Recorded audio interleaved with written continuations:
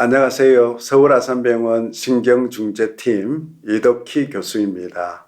제가 이전에 뇌동맥류의 발생 원인에 대해서 한번 말씀을 드린 적이 있었는데요. 기억하실지 모르겠습니다. 이 영상 한번 확인해 보시기 바라고요. 오늘은 그 내용에 이어서 그렇게 해서 발생한 비파열 뇌동맥류가 어떻게 해서 성장을 하고 커지고 어떻게 해서 파열이 되는지 그 메커니즘에 대해서 한번 같이 살펴보는 시간을 가져보도록 하겠습니다. 이게 중요한 게 왜 불안정해지는지, 왜 파열이 되는지 그 원인을 파악을 하게 되면 그걸 예방을 할 수 있는 치료 방법을 우리가 또 찾을 수 있다는 것 아니겠습니까? 그래서 그런 기초 연구의 저변이 깔려 있는 그런 내용이 되니까 굉장히 도움이 될 수 있는 내용이 될 것이라고 생각합니다. 제가 이와 같이 두 개의 혈관에 대한 단면 조직 영상을 한번 준비를 해봤는데요. 위의 것은 내장 동맥입니다. 우리 소장에 있는 내장의 동맥이고 또 같은 크기의 머릿속에 있는 중대뇌 동맥의 단면 조직상인데요. 지금 아래쪽에 뇌혈관인데 두꺼워 보이는 거는 이게 대부분은 동맥경화 때문에 생긴 플라그가 있는 조직이었기 때문에 플라그 때문에 그렇고요. 실제는 그 바깥에 이렇게 둥글게 원 모양으로 된 게 실제 동맥인데요. 굉장히 얇죠. 내장 동맥하고 비교해 볼 때. 저렇게 동맥이 얇아서 버티겠나 이런 생각이 들 정도입니다. 그렇지만 구체적으로 그 동맥의 조직을 들여다보면 탄탄한 그런 근육층뿐만이 아니고 그 안쪽으로 내측 탄승막이라 그래가지고 탄승막층이 존재하는데 일라스틴이라는 결체 조직으로 되어 있어요. 엘라스틴 잘 아시죠? 쭉쭉 늘어나는 거. 신축성이 굉장히 좋아가지고 이런 혈압이나 이런 게 상당히 높게 올라가도 이렇게 잘 확장이 되고 수축이 되면서 잘 유지해줘서 튼튼하게 우리 뇌혈관으로서 역할을 잘 하고 있다는 것을 일단 우리가 기억을 해야 되겠는데요. 이런 혈관이 왜 뇌동맥류가 생기는가 하는 거를 우리가 전에 영상에서 이제 쭉 설명을 들어보면 아실 수가 있는데 이 실험도 이해하시는데 굉장히 도움을 많이 주는 실험이 되겠습니다. 그래서 조그만한 동물에서 머릿속에 우리가 척부혈행이 존재한다라고 했죠. 한쪽 경동맥이나 이런 목동맥이 막혀도 다른 목동맥이 머리 쪽으로 들어가 줌으로 해가지고 전체적으로 뇌경색가 없이 잘 지나가게 되는 그런 경우가 있거든요. 그래서 그걸 척부혈행 때문에 그렇다는 건데 이 척부혈행이 있으면 그런 보호작용을 하기도 하지만 척부혈행을 이루는 뇌혈관 입장에서 봤을 때는 한쪽에서 이렇게 동시에 반반씩 올라오던 거를 한쪽에서 온전하게 한쪽 혈관이 그걸 다 받아가지고 혈류를 주다 보면 혈류 스트레스가 생기죠. 그 혈류 스트레스가 증가되게 됩니다. 그래서 의도적으로 증가시킨 거죠. 거기다가 이 동물에게 고염식을 계속 준다든지 해가지고 동맥경화뿐만 아니라 고혈압을 이제 유발을 시켜요. 그래서 고혈압을 유발을 시키고 혈류는 증가돼 있고 이러다 보니까 이것처럼 동맥류가 발생하는 것을 알 수가 있는데요. 아주 작은 동맥류가 발생을 했습니다. 그래서 조직을 들여다보면 역시 우리가 일반적인 조직에서 보듯이 내측 탄승막층이 굉장히 얇아져 있으면서 동맥류 부분이 이렇게 얇은 걸 알 수가 있죠. 굉장히 이렇게 손상을 받았구나 이걸 알 수가 있습니다. 그래서 이렇게 해서 뇌동맥류가 처음 이제 탁 생겼는데요. 근데 우리가 임상에서 보는 비파열 뇌동맥류는 상당히 모양도 다양하고 이렇게 작지가 않죠. 어느 정도 커서 물론 1, 2mm, 3, 4mm 이런 것도 있지만 큰 10mm짜리도 있고 더 큰 것도 있습니다. 비파열 상태로 이제 발견이 되는데 처음부터 그런 크기로 생기는 건 아니잖아요. 중간에 여러 단계가 이제 관여를 하기 때문에 그런 거고요. 이제 설명을 쭉 이제 들어보시면 알겠지만 그런 성장하는 과정에서 이제 파열도 일어나게 된다는 것을 우리가 미루어 짐작할 수가 있습니다.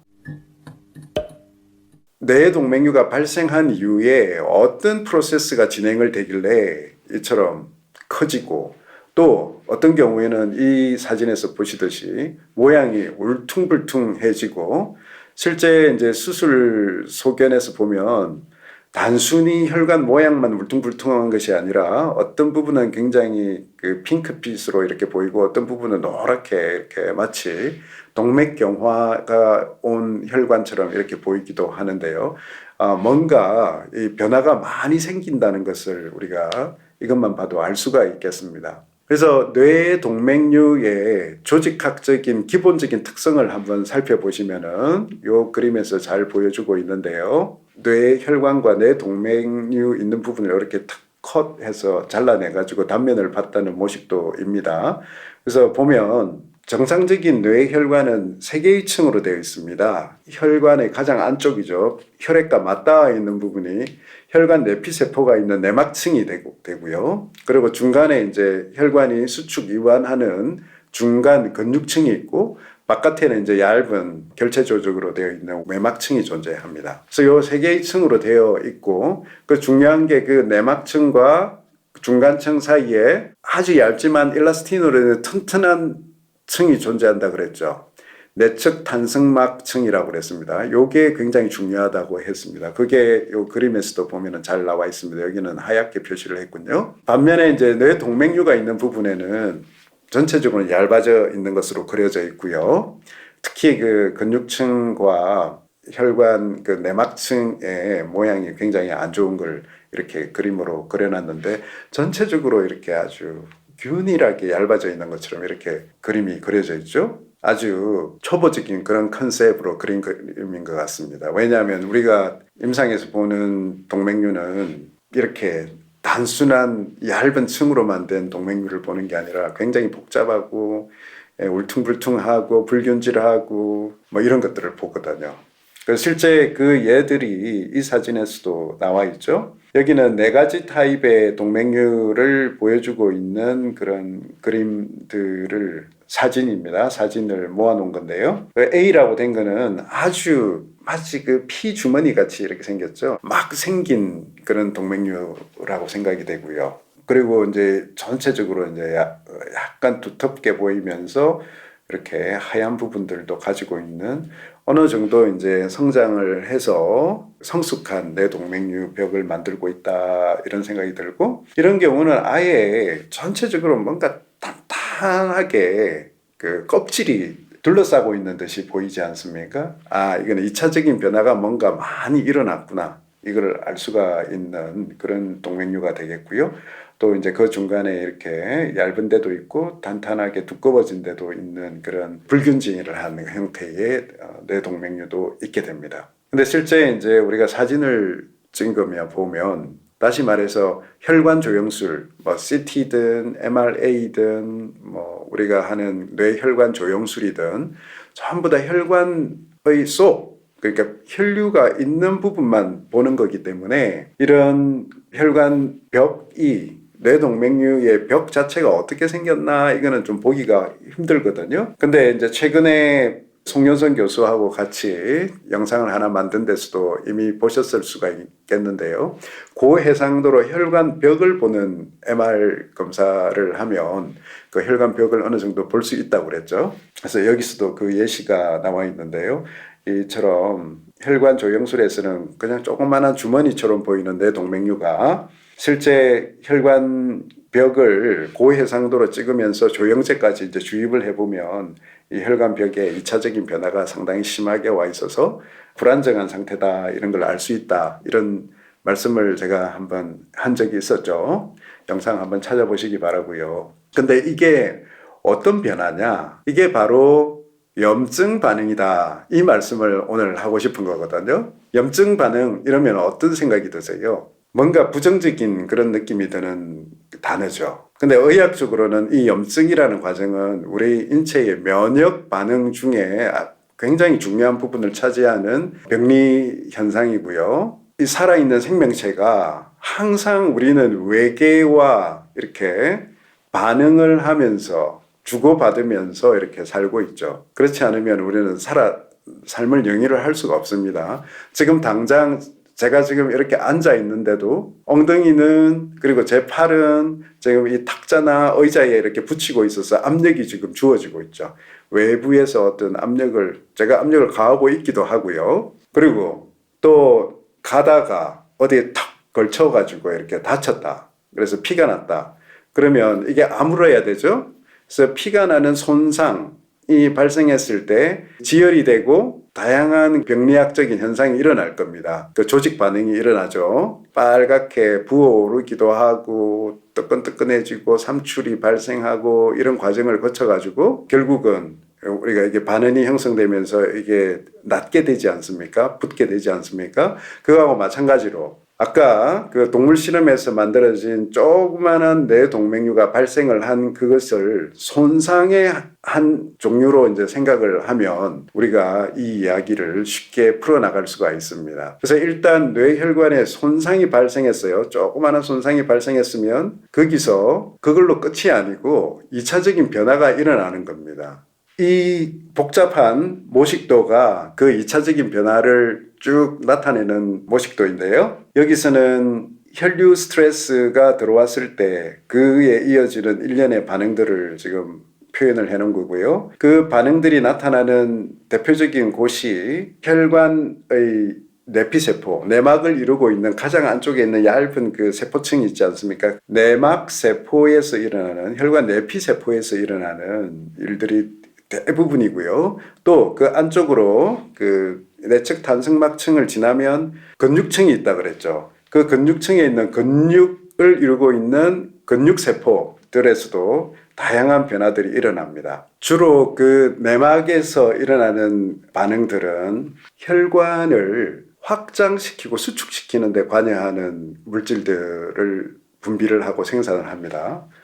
그리고 물질이 근육층으로 신호를 전달을 해줘요. 그래서 근육층이 어떤 변화가 있구나 이래서 그 수축 이완도 하지만 근육 세포들이 증식을 하도록 유도를 하는 그런 과정이 발생을 합니다. 근데 이게 단순한 증식 과정이 아니라 일련의 그런 분자 반응들이 일어나는데요. 그것이 바로 염증 반응의 핵심이 되는 부분이 되겠습니다. 그래서 이 염증 반응의 과정들은 우리가 상처가 났을 때 그 빨갛게 부어오르도록 한다는 그게 바로 염증 반응이 일어나고 혈관이 확장되고 하는 것들이거든요. 그런 일련의 반응과 백혈구가 모이게 하고 그 2차적인 변화가 막 폭발적으로 일어나는 그런 과정들을 얘기를 하는데요.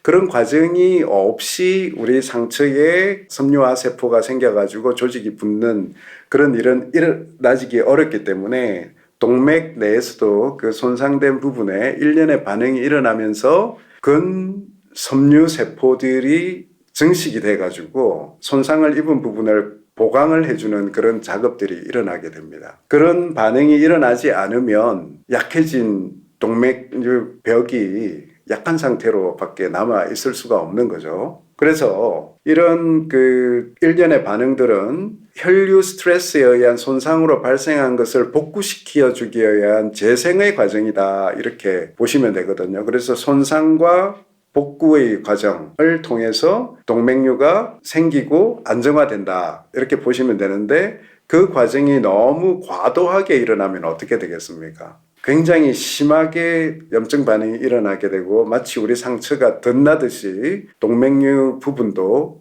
더 커지고 더 심한 그런 염증 반응들이 발생을 하게 되면서 문제가 될 수가 있는 거죠. 그래서 처음부터 상당히 큰 동맥류가 형성될 수도 있을 것이며 심한 경우에는 파열이 되는 거죠. 그래서 이 과정이 잘 표현된 것이 이 모식도인데요. 혈류의 그런 스트레스가 몰려있는 부분에서 조그만한 내 동맥류가 혈류 스트레스 때문에 이제 발생을 했을 때 대부분의 경우는 그것이 안정화 단계로 이렇게 들어가는 재생 복구의 과정을 거쳐가지고 비파열 내 동맥류가 되는 그런 과정이 될 수가 있는데 그것이 내 동맥류 전반적으로 일어나거나 아니면 일부분에서 과도한 염증 반응이 일어나게 되면 이처럼 동맥류가 굉장히 커지거나 모양이 불규칙해지면서 심하면 이제 파열이 될 수 있다. 이제 이런 걸 보여주는 그런 설명 모식도가 되겠습니다. 그렇다면 지금 우리가 이 증례에서 보신 이런 울퉁불퉁한 모양도 국소적으로 그런 염증 반응들이 더 일어났기 때문이다 이렇게 추정할 수가 있겠죠. 그래서 이런 그 불규칙한 모양의 뇌동맥류인 경우에는 불안정한 뇌동맥류가 될 가능성이 더 높고, 그래서 우리가 좀 더 적극적으로 이제 치료를 하게 되는 이론적인 기반이 되겠습니다. 자, 정리를 하면 어떻습니까? 뇌동맥류가 어떤 혈류 스트레스로 인해서 정상적인 뇌동맥에서 조그맣게 이렇게 볼록 튀어나오는 형태로 처음에 발생을 하고 나면 그것이 복구되는 과정이 염증이라는 반응을 통해서 일련의 그런 분자 세포적인 과정을 통해서 복구가 되어서 안정화되어야 된다고 그랬죠. 근데 그게 너무 과도하게 일어나거나 그 과도하게 일어나는 것이 전반적 또는 국소적으로 일어났을 때 모양이 커지거나 울퉁불퉁해진다. 그래서 불안정해지고 그 불안정해지는 과정에서 파열이 될 수 있다. 그렇게 이제 정리를 해드릴 수가 있겠습니다.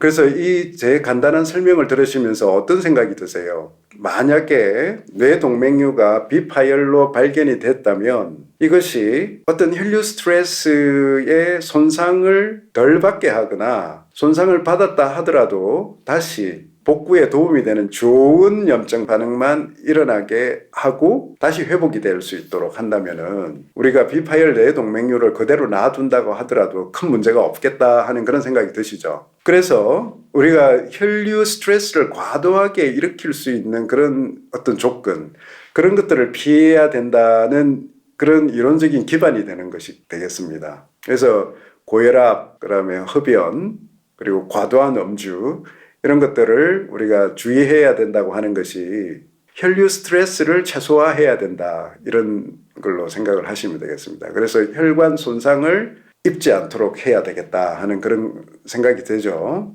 그 다음에 일단 발생한 뇌동맥류가 어떤 혈류 스트레스에 의해서 불안정해져 가지고 염증 반응이 시작됐다 하더라도 그 염증 반응을 빨리 회복시킬 수 있다면 뇌동맥류를 안정화하는 데 도움이 되겠죠. 예를 들어서 염증이 생겨서 목이 아프고 이런 열이 나면 어떻습니까? 아스피린을 먹죠. 마찬가지입니다. 뇌동맥류에도 염증이 생겨 있는 상태 때문에 불안정해졌다면 아스피린이 도움이 될 것이고요. 그리고 그 외에도 요즘 고혈압 중에서도 혈관 내피세포의 안정화에 도움이 되는 그런 제제들, 또 고지혈증 약 중에 스타틴이라 그러죠. 그런 것들도 상당히 뇌동맥류를 안정화시키는 데 도움이 되는 그런 성분들이 있는 것으로 이렇게 얘기가 되고 있습니다. 그렇지만 문제는 고지혈증도 없는데 뇌동맥류 보호를 위해서 스타틴을 장기 복용해야 된다, 평생 복용한다. 그거는 아직까지 그 안전성이라든지 그 이론적 기반이 불충분한 치료법이 되겠죠. 그렇지만 내가 고지혈증이 있어가지고 스타틴을 먹고 계신 분이다, 이미 복용하고 있다 그러면 잘 된 거죠. 이건 뇌동맥류도 우리가 보호해 줄 수 있는 그런 효과니까 일거양득이다 이렇게 생각할 수가 있을 것이고, 아스피린도 마찬가지일 겁니다. 그리고 고혈압 약제들도 상당 부분이, 대부분의 고혈압 약제들이 그 혈관 내피세포 안정에 도움이 되는 걸로 되어 있기 때문에 지속적으로 고혈압 관리를 하면서 그런 부분이 뇌동맥류를 안정화시키는 데도 도움이 된다고 생각하시면 굉장히 일거양득이다 이렇게 생각하실 수가 있겠죠. 그 외에도 처음에 뇌동맥류가 같은 혈류 스트레스가 온다 하더라도 어떤 사람은 생기고 어떤 사람은 생기지 않잖아요. 그걸 제가 이제 발생 기전 설명할 때 혈관 자체의 튼튼함에 이런 개인적인 차이가 있기 때문에 그럴 것으로 추정한다 그랬잖아요. 그렇다면 이제 혈관을 더 튼튼하게 하는 어떤 그런 조치들이 있으면 뇌동맥류 발생에, 그리고 이제 뇌동맥류를 치료를 하고 나서 재발을 예방하는 데 도움이 되겠다 이런 생각이 들잖아요. 그래서 결체 조직을 튼튼하게 할 수 있는 어떤 그런 제재들 이런 거 생각을 해볼 수가 있는데, 그런 부분에 대한 연구들이 아직도 진행이 되고 있습니다. 아마도 머지않은 시점에 비파열 뇌동맥류는 수술이나 색천술을 하는 것이 아니라 약으로 조절해 나가는 질환이 될 수도 있을 것 같다는 생각이 듭니다. 그런데 오늘 제가 이제 몇 가지 약제까지 말씀을 이렇게 드리면서 동맥류 파열을 예방하는 데 도움이 된다 이런 말씀까지 드렸는데 사실 이런 말씀을 드리기가 조금 조심스러운 부분이 있습니다. 왜냐하면 어떤 약제가 어떤 기능에 좋다라고 얘기가 되면 그 부분에 대해서 맹신을 하시는 분들이 가끔씩 계시더라고요. 항상 약이라는 거는 잘못 사용되거나 남용되게 되면 독이 될 수가 있거든요. 약은 독이다. 이 생각을 해야 되기 때문에 꼭 필요한 부분에 있어서만 우리가 처방을 받아가지고 드셔야 되는 것은 상식이 되겠습니다. 그래서 오늘 제가 말씀 중에 특정한 약에 대한 얘기 드린 것도 참고하시라는 그런 내용으로 이해해 주시면 좋겠습니다. 그래서 오늘 이상과 같이 해서 뇌 동맥류가 발생해서 비파열 상태에 있다가 성장하고 파열되는 과정이 염증 반응이라고 하는 거가 관여를 한다. 요 말씀을 쭉 드렸는데요. 뇌동맥류의 그런 다양한 모습을 이해하는데 조금이나마 도움이 되었으면 하는 그런 마음입니다. 감사합니다.